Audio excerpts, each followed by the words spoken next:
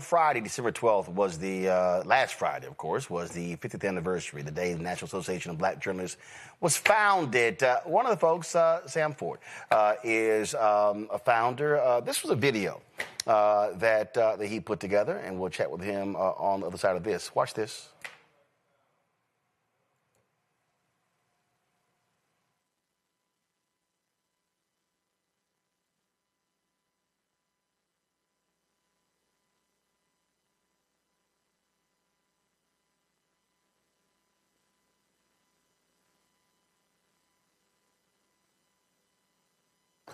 Hi, I'm Sam Ford. At age 22, I was one of the youngest founders of NABJ. In 1975, I was both a grad student at the University of Minnesota and an on-air reporter at WCCO-TV Minneapolis, being trained on a fast track to become a correspondent for CBS News. Sam Ford, WCCO Television News reporting. Between those tasks, I produced a documentary on a Wisconsin Indian tribe for a group of liberal Republicans who paid me $1,000, $6,000 in today's money, and gave me a free trip to D.C. to observe a political conference. It was the third conference of black elected officials, mainly organized by black Republicans, but attended mainly by black Democrats and a large contingent of black journalists, held at Washington's now-defunct Sheridan Park Hotel.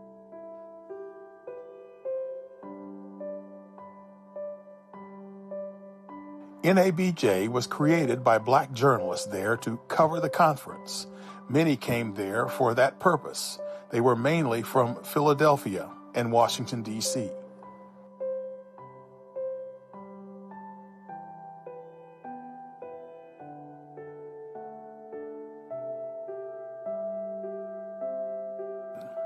As for 22-year-old me, I didn't know anybody there.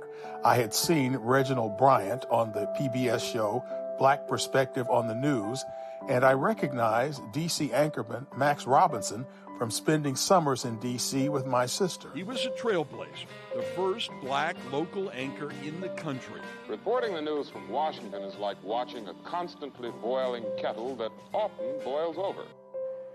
At the same time as the conference, outside the White House, black protesters opposed President Gerald Ford's joining South Africa in financing a war against the leftist government of Angola.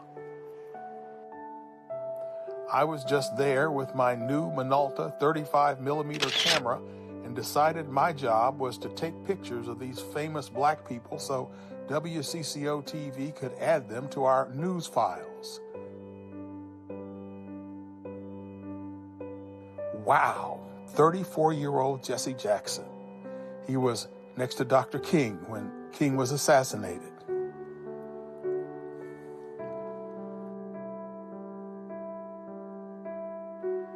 And there she was, Coretta Scott King, Dr. King's widow. As a teen, I had read and enjoyed her book on her life with Dr. King. He'd been gone now more than 7 years.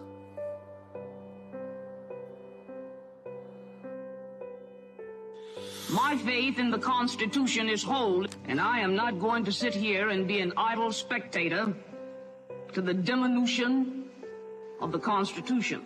Congresswoman Barbara Jordan of Houston, Texas, whose voice made others stop and listen, a star on the Watergate Committee that had led to President Richard Nixon's resignation the previous year.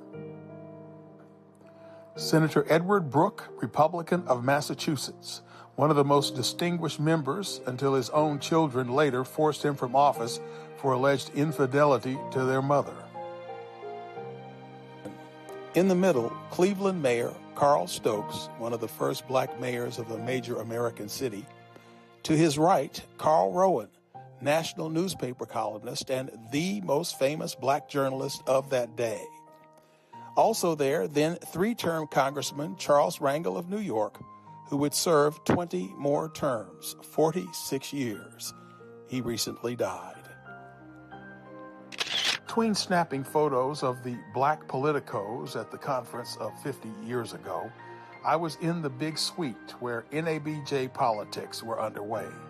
Chuck Stone of the Philadelphia Daily News beat out Max Robinson of DC Channel 9 to be president of NABJ. I had voted for Max.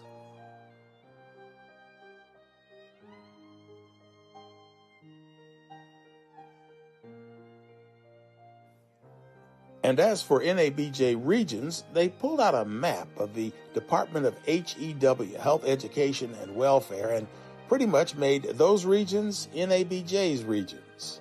And I became one of the Midwest regional directors, and proud to say we were the first to organize a regional convention, December 1976, at the Mulebach Hotel in Kansas City.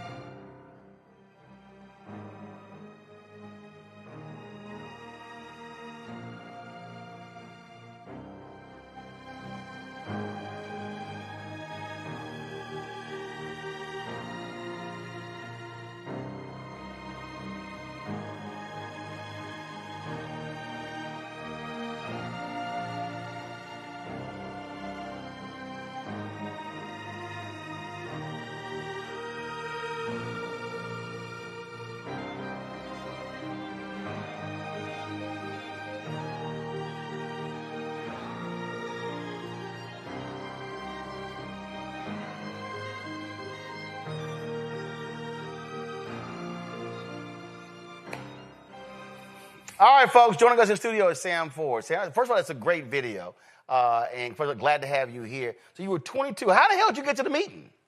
Well, you know, it's quite You said you were working in Minneapolis. It's one of these things. My late wife, Gloria Murray Ford, used to call me Forrest Gump, you know. I was there, but I wasn't really involved. But the story was, and I sort of talked about it there, these Republican women wanted a documentary done on this Indian tribe in Wisconsin. I was a young reporter, just started at this television station, and I guess probably expendable. So the head of the station, who I guess was involved in Republican politics, called me in, says, will you do this documentary for these ladies? And I said, sure. So me and a cameraman went over to Wisconsin, did the documentary.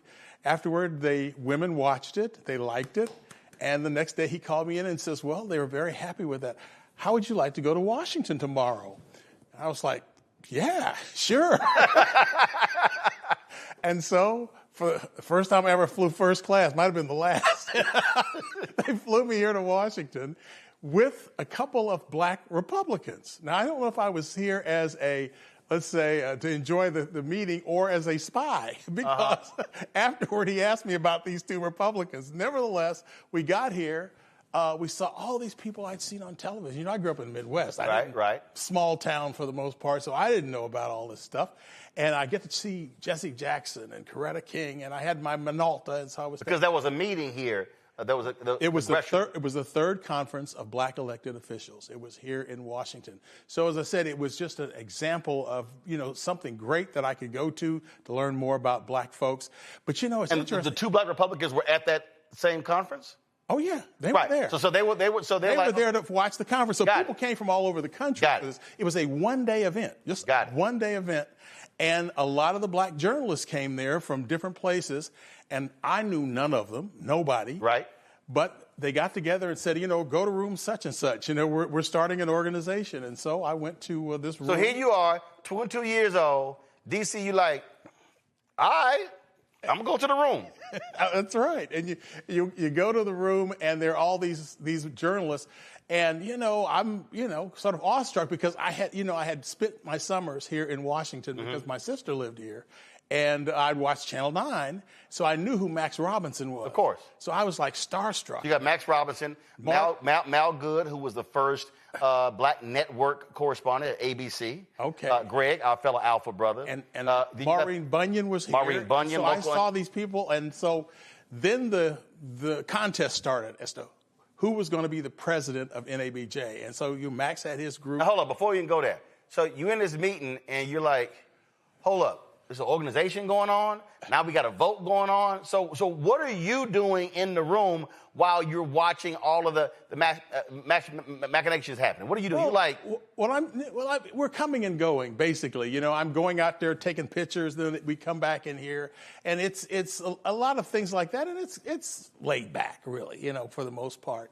And again, it's an opportunity for me to see a lot of these people like Jesse Jackson, whatnot. So I come back into the room and the politicking starts. And so Chuck Stone, who I did not know at that time, is from the Philadelphia Daily News. And he was the catalyst for this meeting. Right. And he said, you know, we can start an organization. You've got the dentists, they've got their organization. You've got the lawyers, they got their organization. We need one for black journalists. So you got factions. So now you're sitting in the room and you got factions trying to sit here. Okay, who's going to do what? Yeah. Who's going to be president? Right. So Max is lobbying. Chuck is lobbying. Basically, it was the Philadelphia... Now, Max is lobbying for him to be president? Correct. Okay. And Chuck is lobbying to be president. Okay. And so... And Chuck is the one who called the meeting. Well, I'm not sure exactly who. I think it was kind of a combination of D.C. and Philadelphia journalists who got together. Because Philadelphia already had a chapter of black journalists. Correct. Go ahead. Correct. So anyway, here they come together, and it's a question of who's going to be the president. Max campaigns, we hear his spiel. Chuck campaigns, we hear his spiel. Chuck is probably more organized about this thing. Right. And he says, you know, we're going to start this organization, and we're going to call it NABJ, N-A-B-J. That was Chuck's word, NABJ. And so they had a vote. And there were more newspaper people than TV people, and so they won. So Chuck won. Who'd you vote for? I voted for Max, of course. I didn't know who Chuck was. You stuck with the broadcast people. Of course. You're like, oh, I know him. I know him. Yeah. But first of all, I always joke with people because so a lot of people did not realize that NABJ's colors are black and gold. They didn't even realize that. The colors are black and gold. Well, certainly this year on all the decorations, 50th anniversary, yeah. Because Chuck Stone's also an alpha. Oh, really? We were had. You don't even realize that. You don't even realize that. Chuck Stone was an alpha. And so, for the longest, people, I remember we were in some meeting, they were like, oh, we had this color scheme. Like, I said, these are actually our colors. And then they were kind of like, what? I said, oh, yes, NABJ's colors are black and gold. Oh, that's hilarious. Speaking as an alpha. I did not know that. Yes. Absolutely. You know, but a wonderful photo, and I wish I had it to show folks now, but a wonderful photo that one of Chuck's associates said he always kept on his desk. It was in 1961. They were in New York City, and you see Chuck Stone sitting at the front, looking back and smiling. Next to Chuck is Malcolm X. Behind Chuck is Adam Clayton Powell, and behind Malcolm is Kwame Nkrumah. And they're all sitting there at this event in New York City. And as I said, it was just a wonderful thing. And I wish I had the photo here. But Chuck has been obviously involved for a long time. Oh, yeah. And they said he was known in Philadelphia as the guy that criminals would want to turn themselves into. Yeah. When they wanted to turn themselves in. Yeah, but see, also Chuck's history before that, Chuck was the editor of Chicago Defender.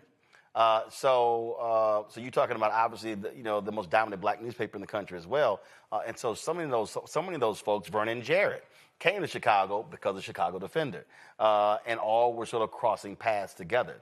What's also interesting, and we've had other finalists on this week, the fact that yes, there are 44 finalists, but there were people who were in that room who were scared to sign the sheet. Why did you sign it?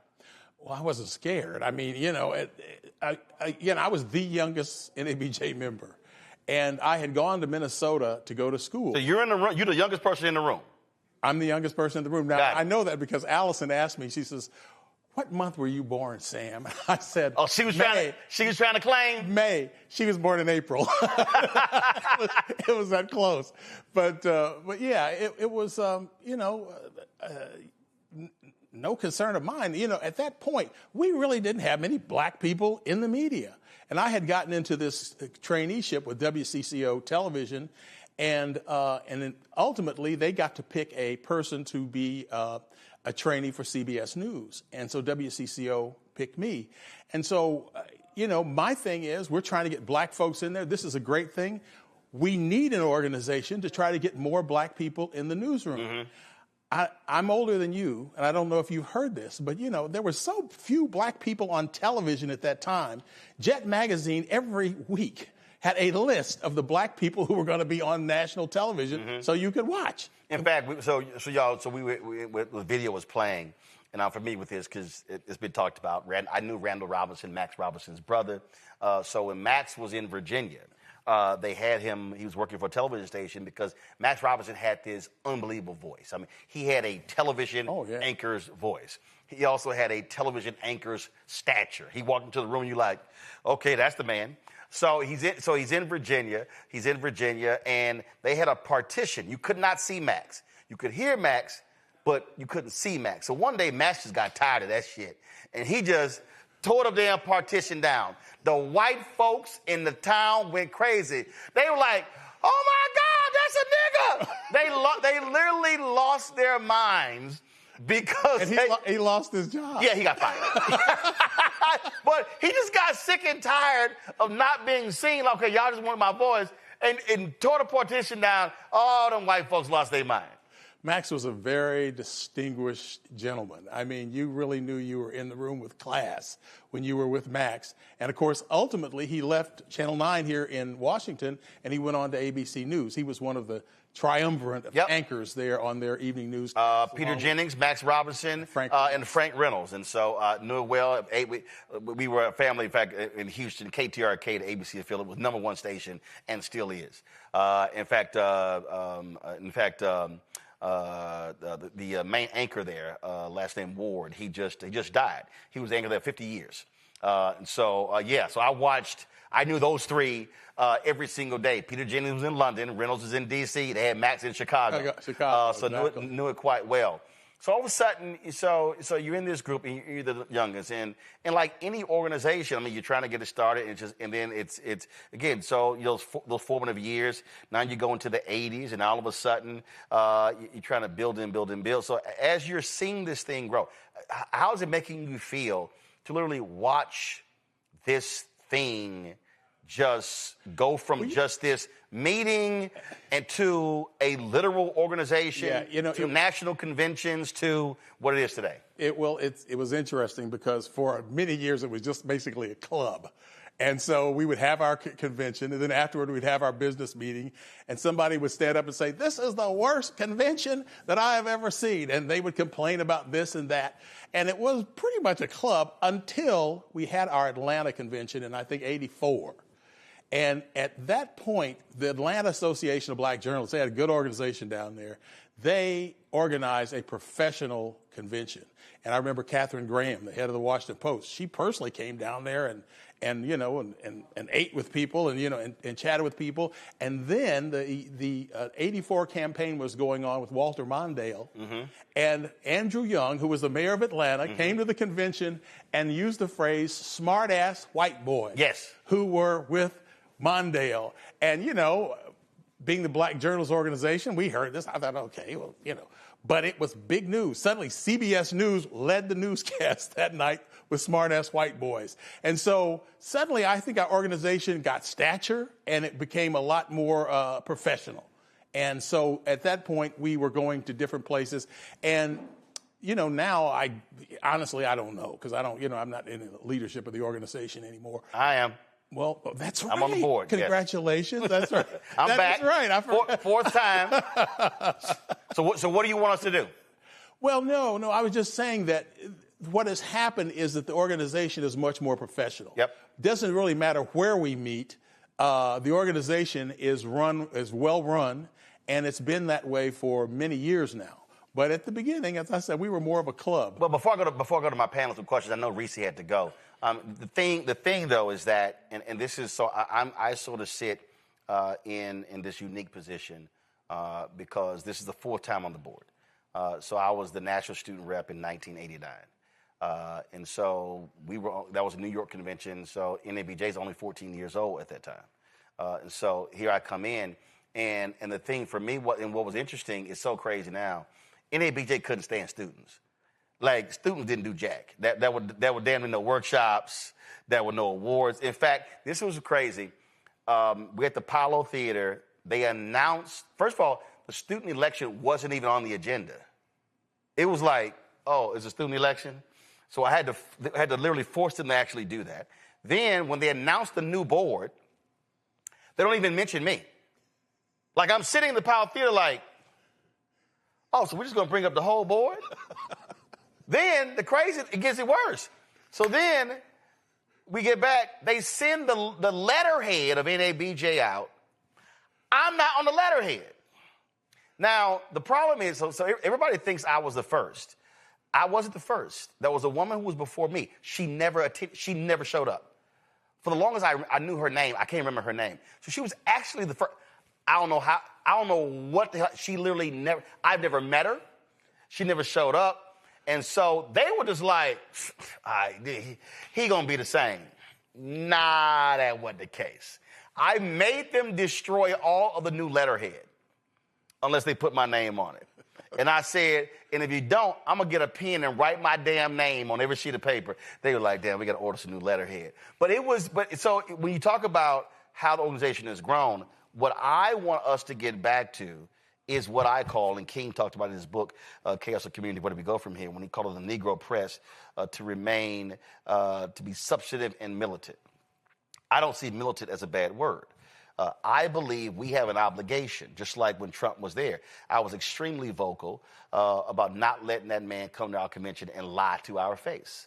And my whole deal is, I believe in challenging elected officials? Absolutely. But I said, but you don't let somebody come in your house and disrespect to you and lie, and then you just go, well, I'm just go ahead and let it. Well, we disagree on that, quite honestly. But one of your producers brought this up. This was the Chicago convention. This was when Trump came. I'm looking at this paper. Then I look and realize that's me. See? Right here. See? So we're because he was lying. He was lying, but he always lies. No. But here's my whole point. The problem, because what happened was the night before I was on MSNBC, Jason Johnson was hosting, and this is what I said. I said, Jason, tell you right now, if Trump lies and nobody on the panel correct him, you're going to hear me correcting him. So what happens is, so he comes in, he immediately starts lying, and I'm on the front row going, that's a lie. Like, literally, he is not far from me. So Drew Barry, who was our executive director then, he was like, Roland, pipe down, because they're going to throw you out. I said, who the hell is they? I turned to Drew, I said, this our shit. I said, he goes, security. I said, who's security? I said, Drew, who is going to throw a member out of the members' convention because of him? I said, try that shit. So there's a point there, you actually roll back the video. He's like, oh, this guy must be one of Kamala's people. Because I was like, he lying. And my whole deal is, because I'm just a firm believer, I believe media. I don't mean just NBJ. I believe when you're so nice and the person's lying in front of you, somebody got to say, that's a lie. What you just said is not true. And I just think sometimes we are too nice that we don't want to tell somebody, I'm sorry, what you just said is not true. Well, I mean, the biggest one was when he said that Kamala Harris only recently discovered that she was black. And, of course, we were shocked that he said something like that. He understands race, though, I can tell you that. Of course he does. And but the thing was, Rachel Scott, who was the ABC correspondent, said, well, she was a member of AKA, a black sorority, and she did attend Howard University to, sort of knock that down. Of course. But the things he said was amazing. But I disagree with you. I think if the president of the United States, or who might be the president of the United States, wants to come and speak to us and tell lies, I think we're a journalist organization. Right, but what I'm saying is, well, first, my objection was, first of all, and I told our then president this, first, because when I got word, I was, one, offended there was not a black male journalist on that panel. That's good one. Point. Two, and I literally told Ken Lemon that. Two, I was offended that we were in Chicago and there was not a member of the black press on that panel. And I said to him, if you had a panel of 4 black men and not a sister, I said the sisters at NABJ would be lighting your ass up. I said, so I had a problem. I had a problem there. And so the issue for me is the issue for me is that if you're going to invite a known liar, then you better have folk there who are prepared to challenge every lie and not allow the lies to be told. Last point before I go to the panel, I also was greatly offended that they allowed Harris Faulkner of Fox News to be on that panel, especially when she wasn't even a member. So my whole deal is, no, if you can't pay your dues, you ain't sitting your ass on that stage. Yeah, I felt that might have been some deal made to get him there. Right, and my whole point is, we don't make deals. Yeah. And if she want to be on that panel, tell her to send that check. That's just me. Yeah. That's just me. Let me, Greg, your question for Sam. Yeah, thank you, Roland. Man, really enjoying this conversation. And thank you, Brother Ford, for being one of the founders, and it's an honor to be in conversation with a living legend.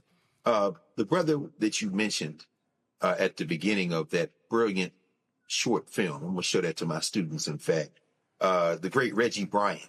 I knew Reggie Bryant, Philadelphia. Yeah, Reggie, right. He was the first, great radio host. First national black program, really, was hosted by Absolutely. him. WHYY, Absolutely. Philadelphia. Yes, sir. Yes, sir. And he spent, as you know, as you both know, as you all know, spent time in black radio. When I came to Philadelphia in the early 90s, he had a show on WHAT called In Pursuit of Truth. And the question I want to ask you is about the current generation and future generations and preparedness. Reggie was so brilliant in his questioning and his debate skills and his conversations because I think in part he was so very well read.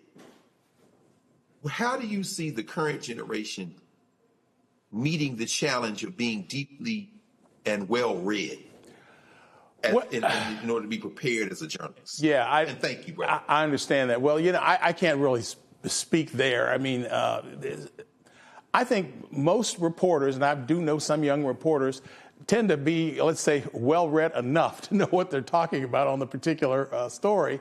But when you talk about well-read, honestly, as I've moved through the industry, not a whole lot of people are well-read anymore. They know what they got to know to get the message across. But, that's kind of rare these days. And I think it was probably pretty rare those days when we started NABJ. I just don't think so. But he was definitely good. He was definitely well read, as you said, and I was impressed because again, we really didn't have many blacks on TV, and here was a black man on television talking about issues, and of course, he is deceased, as you probably know. Well, I think the point there that Greg is raising is one that I believe our responsibility at our convention and at our other events is to explain to people that you may have the technical know-how. You may be polished with your live shots. But what's important is not leaning on some cards in front of you or a producer in your ear. Yeah. And that was my whole point when I was talking about, again, at the convention. When I was at CNN, it used to piss me off. I'm sitting here and I'm like, that's a lie. That's a lie. That's a lie. I'm looking at the anchor like, you don't know that's a lie? And look, most people I worked there, they weren't smart. They weren't. And so they weren't well read. And so the problem is, so lies get spit out. They don't correct the lie in real time. And I don't believe in, well, last hour, so-and-so was on, so here's so-and-so to tell us what was true and what wasn't. No, I'm a firm believer in, in the moment, you actually check it. And what we have to do is, when I talk to young journalists, I tell them, you got to be reading. Yeah. You got to have the knowledge. So when that thing happens, and when you see it, you know what is true and what is not. And that, to me, I believe, is a huge, huge problem for next generation journalists, is that they have been trained to pass tests. They've been trained to know technical pieces, but they have not been trained to think. Correct. And that's the biggest, every intern who comes through here, I say that's the biggest issue. Can you think? Can you be able to recite something and you know that because you've prepared yourself before? And I think that's just a huge thing. And that's our responsibility to drive that home, because otherwise they're just going to be out there doing interviews and folks can just say stuff and they got no response. Yeah. And the lie just going to stand. Joy. Well, first of all, this has been such a fascinating conversation, and I'm so honored to be here. Along the lines of what we've already been discussing, what is NABJ's goal and responsibility and mission in this moment, in your own words? Well, the only thing I can do is kind of look back at 50 years ago. We were 44 journalists, and, not everybody in the U.S. knew that we were forming an organization. As I told you, I just happened to be there. But some did. But the next year, obviously, there were a lot more people because they realized the organization existed, and we were, of course, spreading the news. When we had that Chicago convention that we were just talking about, we didn't have 44 journalists. We had 4,400 journalists. Mm-hmm. And so that was really significant. It made me feel good. I know that's your hometown. I worked there 6 years. I'm from Houston. Oh, you're from Houston? I worked there 6 years. Well, I associate you with Chicago. I got but in any event, you know Chicago. Yep. And so it was, I guess, a special thing for you. It was great for me to see all of this happening. And, of course, at the beginning, I was the youngest one. Now I'm like one of the oldest ones still there. I think there are about half of us still living, which is pretty good. If you think about 44 years, 44 journalists, and 50 years later, about half are still there. But our mission at that time was getting more black people in newsrooms. That was what I wanted to do. That was my mission. My whole idea was getting more black people into newsrooms. And then once they got into the newsrooms, the idea was to make contributions or whatever. But I think that's been a good thing. And I think, you don't have to have a real complicated mission that nobody understands. But getting more black people into newsrooms is something that we can understand. Yeah, I think absolutely. I mean, that is, I think, over the last 50 years, that has been the goal, and it still is. But we also have to recognize that our industry is contracting. And what we have not been able to do is understand the pivot. And so where we are now is, and this is, as the Vice President Digital, I'm trying to get us to understand, is that we have to recognize that now we're living in this content creator economy. Now we're living in a totally different world than we used to. Radio, basically news radio jobs have been obliterated. I mean, they're virtually gone. It's not. You're right. Okay? So then when you talk about what's happening, you used to have on newspapers, you had an education beat. I covered City Hall in Fort Worth. We had 2 City Hall reporters. We had a county government reporter. We had a political reporter. We had, now all of a sudden, you don't even have those beats anymore. And so now with this creator economy, now which is the hardest thing for a lot of people, is teaching journalists to also understand the business of the business. Because in this creator economy, now you got to do that. So, yes. But again, there's something like digital. We didn't have digital back then. Right. We do now. So there have been some trade-offs. Well, and actually what was interesting is that when you talk about even with digital, it was so amazing. The Bingham family in Kentucky, the Louisville Courier-Journal, they're really the first ones to have an online newspaper. That was actually in the early 80s. And then all of a sudden, because I remember when I went to the Fort Worth Star-Telegram, and with this thing called Star Text, and I was kind of like, what y'all doing? Nobody else in the news would even talk to him. I was like, nah, what y'all doing? And so I'm sitting there talking to them. So I was one of the first to even download the damn thing, and I immediately saw what this could be. And so now where we are is now what we have to do as an organization is now be retraining, or not retraining, really training this generation to understand what the next 20 years is going to be like. Because now we're in a situation where, okay, I own this. This is 5,800 square feet. We're adding 3 new shows. All of a sudden now it's, okay, how do you now literally create your own media company? And even as an individual content creator is really Individual Content Creator Inc. So now we have to train people not to work for the newspaper or the TV station, but how can you literally build and create your own media company? Yeah. Because that's what the industry is shifting. And one other thing, Roland, that NABJ has done, we have the exhibit center, right? And this is a center where young people come from all over the country to get jobs. My daughter, she's in communications now, but she was, at the University of Kansas, where we both went to journalism school, University of Kansas, and she came home, and I said, well, you need to get a job. So I'm sending you to the San Diego NABJ convention, and I hope you can get a job. She went up, she didn't get a job. But nevertheless, that is where a lot of people go because the television companies are there. Right. Now, Channel 7 is owned by Sinclair, right, which is a right-wing outfit, and I work for them. They were fine to me. But nevertheless, one good thing about Sinclair is they have a lot of television stations, a lot of small market television stations. Nexstar. And you come in there, you can get a job from them. I mean, you're not going to be making much money, but the point is you need to get a job. So one of the things NABJ is it's become a place where if you want to find a black reporter or you're a black reporter who wants to find a job, you meet at NABJ. Here's what we experienced this year. We had a drop-off of about 40 of those exhibits this year. Donald Trump. And because of the entire anti-DEI, what I've been saying is we have to fortify the organization because of the next 3 years, we're going to see the exact same thing. So now we're going to see, in the next 3 years, we're going to see who actually gives a damn about diversity, who actually cares about hiring talented black journalists, and who was doing it just because of the climate. So the climate we're living in is real. Well, I noticed, though, I was thinking about that, but Sinclair had a big operation at NABJ this year. Fox News had a big operation at NABJ this year. So, yeah, I mean, but the point is, at some point, if you're a black reporter, you want a job. If you're a company that you want to hire black reporters, because you need black reporters if you're covering the news in these cities. Okay, and so the fact that NABJ exists, it is a place where the two can meet, and that's been one wonderful thing about our organization. Well, look, Sam, we appreciate it. Thanks for being at that meeting and being one of the 44 panelists. We appreciate it. Thank you. Folks, going to go to break. We come back, our Marketplace segment.